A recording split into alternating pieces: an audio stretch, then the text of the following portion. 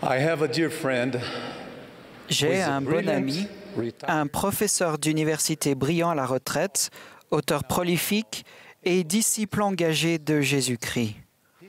Il s'est rendu en Terre Sainte des dizaines de fois pour participer à des conférences, diriger des recherches universitaires et faire des visites guidées. Selon lui, chaque fois qu'il se rend dans cette contrée où Jésus a marché, il s'émerveille parce qu'il apprend immanquablement quelque chose de nouveau, d'étonnant et de fascinant sur le Sauveur, sur son ministère dans la condition mortelle et sur sa terre natale bien-aimée. L'émerveillement que manifeste mon ami lorsqu'il parle de tout ce qu'il apprend en Terre Sainte est contagieux, et cette admiration a été à la base de ses grands accomplissements et de ses travaux universitaires. En l'écoutant raconter ses expériences et en ressentant son enthousiasme, j'ai réfléchi à l'émerveillement spirituel, pour ainsi dire, que l'Évangile que Jésus-Christ a enseigné peut et doit susciter en nous et à ce qu'il peut changer à notre condition de disciple et à notre parcours vers la vie éternelle. L'émerveillement auquel je fais allusion est la sensation d'émotion, d'admiration ou d'ébahissement commune à toutes les personnes qui centrent de tout leur cœur leur vie sur le Sauveur et ses enseignements et qui reconnaissent humblement sa présence dans leur vie. Ce sentiment d'émerveillement, inspiré par l'influence du Saint-Esprit, stimule l'enthousiasme à mettre en pratique la doctrine du Christ avec joie. Les Écritures contiennent plusieurs exemples de la façon dont cette sensation se manifeste. Le prophète Ésaïe, par exemple, a exprimé la profondeur de sa gratitude envers le Seigneur en se réjouissant en lui. Les personnes qui ont entendu Jésus prêcher dans la synagogue de Capernaum ont été étonnées de sa doctrine et de la force avec laquelle il enseignait. C'est ce même sentiment qui a pénétré chaque fibre du cœur du jeune Joseph Smith quand il a lu dans la Bible le premier chapitre de l'Épître de Jacques, ce qui l'a conduit à rechercher la sagesse de Dieu. Mes frères et sœurs bien-aimés, quand nous sommes véritablement émerveillés par Jésus-Christ et son Évangile, nous sommes plus heureux.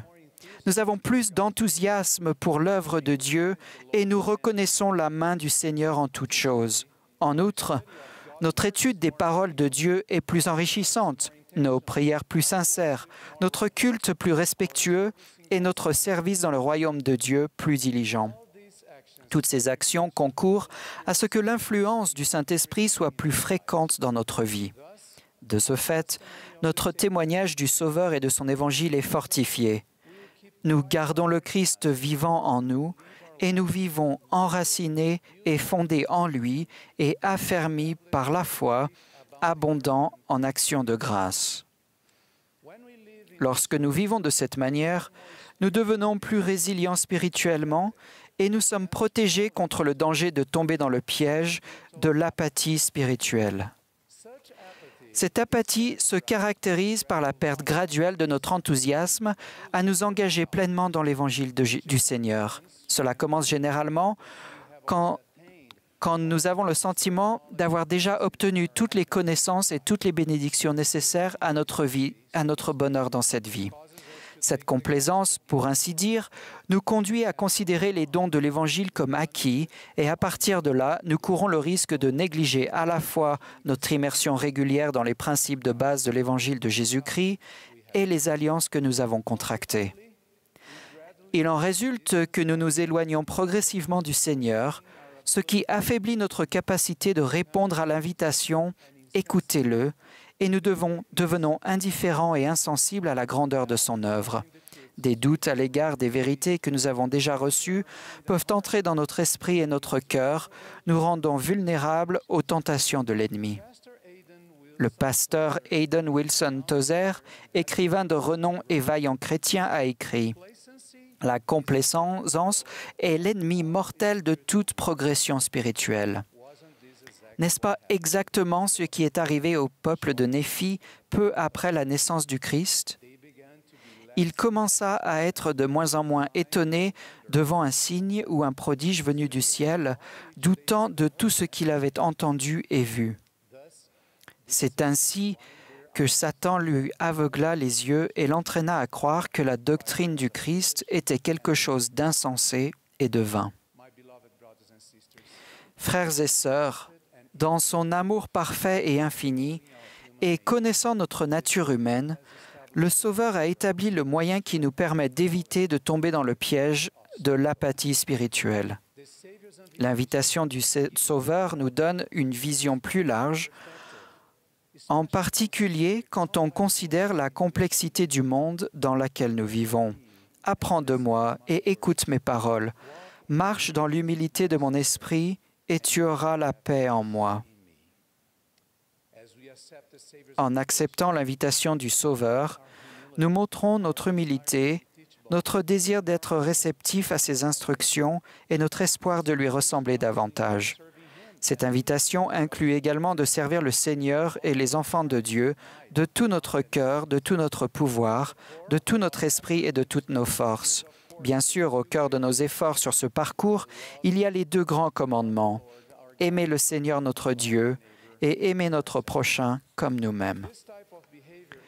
Ce genre de comportement fait partie de la personnalité divine de Jésus et était manifeste dans ce qu'il a fait pendant son ministère terrestre. Par conséquent, quand nous consacrons intentionnellement et véritablement notre vie à nous tourner vers lui et à apprendre de son exemple parfait, nous parvenons à mieux le connaître. Nous devenons de plus en plus enthousiastes et désireux d'intégrer à notre vie le modèle ultime de la façon dont nous devons vivre, de l'exemple que nous devons donner et des commandements que nous devons respecter. Nous acquérons aussi plus de compréhension, plus de sagesse, une personnalité plus divine et plus de grâce devant Dieu et devant notre prochain. Je peux vous assurer que notre capacité de ressentir l'influence et l'amour du Sauveur s'intensifiera dans notre vie, magnifiant notre foi, notre désir d'agir avec droiture et notre motivation à le sentir, servir et à servir autrui. De plus, notre reconnaissance pour les bénédictions et les difficultés que nous connaissons dans la condition mortelle se renforcera et fera partie de notre culte véritable. Mes chers amis, toutes ces choses intensifient notre émerveillement spirituel à l'égard de l'Évangile et nous incitent à respecter avec joie les alliances que nous contractons avec le Seigneur, même dans les épreuves et les difficultés que nous rencontrons. Bien sûr, pour voir ces effets se produire, nous devons nous immerger avec foi et une intention réelle dans les enseignements du Sauveur, en nous efforçant d'intégrer ces vertus dans notre façon d'être. En outre, nous devons nous rapprocher de lui par notre repentir, en cherchant à obtenir son pardon et son pouvoir rédempteur, et en obéissant à ses commandements. Le Seigneur lui-même a promis qu'il aplanira nos sentiers si nous nous confions en lui de tout notre cœur, le reconnaissant dans toutes nos voies et ne nous appuyons pas sur notre sagesse.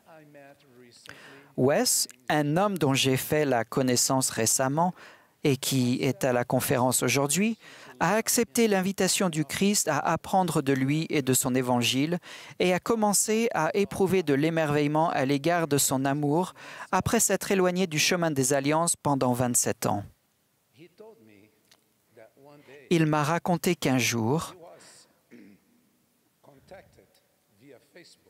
Elder John, un missionnaire affecté temporairement au secteur où Wes vivait, avant de rejoindre son affectation initiale au Panama, avait pris contact avec lui sur Facebook.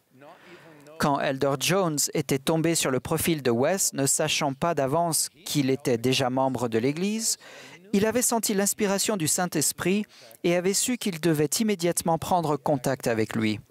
Il avait rapidement suivi cette impression. Wes a été émerveillé par ce contact inattendu et a commencé à prendre conscience que le Seigneur veillait sur lui malgré son éloignement du chemin des alliances. À partir de là, Wes et les missionnaires ont communiqué fréquemment. Chaque semaine, Elder Jones et son collègue ont rendu des actes de service et donné des messages spirituels qui ont aidé Wes à être à nouveau émerveillé par le Seigneur Sauveur et son Évangile. Cela a ravivé la flamme de son témoignage de la vérité et de l'amour du Sauveur pour lui. Wes a senti la paix qui vient du Consolateur et a acquis la force dont il avait besoin pour revenir au sein du troupeau. Il m'a dit que cette expérience l'avait ramené à la vie spirituellement et émotionnellement et l'avait aidé à éliminer les sentiments d'amertume accumulés au fil des années en raison des expériences difficiles qu'il avait vécues. Comme l'a fait remarquer mon cher et attentionné ami le professeur mentionné précédemment, il y a toujours quelque chose de merveilleux et de fascinant à apprendre sur Jésus-Christ et son Évangile. Le Seigneur a fait des promesses merveilleuses qui s'appliquent à toutes les personnes, y compris nous, qui cherchent à apprendre de lui et à intégrer ses paroles à leur vie. Il a dit à Enoch, « Voici, mon esprit sera sur toi, c'est pourquoi je justifierai toutes tes paroles. Les montagnes fuiront devant toi, et les fleuves se détourneront de leur cours. Tu demeureras en moi, et moi en toi. » À travers son serviteur, le roi Benjamin, il a déclaré, « Vous serez appelés enfants du Christ, ses fils et ses filles, car voici aujourd'hui il vous a engendré spirituellement, car vous dites que votre cœur est changé par la foi en son nom. C'est pourquoi vous êtes nés de lui et êtes devenus ses fils et ses filles. Par conséquent, je vous promets en son nom que si nous nous efforçons sincèrement et continuellement d'apprendre du Sauveur et de suivre son exemple, ces vertus divines seront écrites dans notre esprit et notre cœur. Nous deviendrons plus semblables à lui et nous marcherons avec lui. Mes chers frères et sœurs, je prie pour que nous nous émerveillions toujours de Jésus-Christ et de son amour complet, infini et parfait. Puisse le souvenir de ce que nos yeux ont vu et de ce que notre cœur a ressenti accroître notre émerveillement à l'égard du sacrifice expiatoire du Sauveur qui peut nous guérir de nos blessures spirituelles et émotionnelles et nous aider à nous rapprocher de lui. Puissions-nous nous émerveiller des grandes promesses que le Père a entre ses mains et qu'il a préparées pour les personnes qui sont fidèles. Le royaume est à vous, ses bénédictions sont à vous, et les richesses de l'éternité sont à vous. Et celui qui reçoit tout avec gratitude sera rendu glorieux.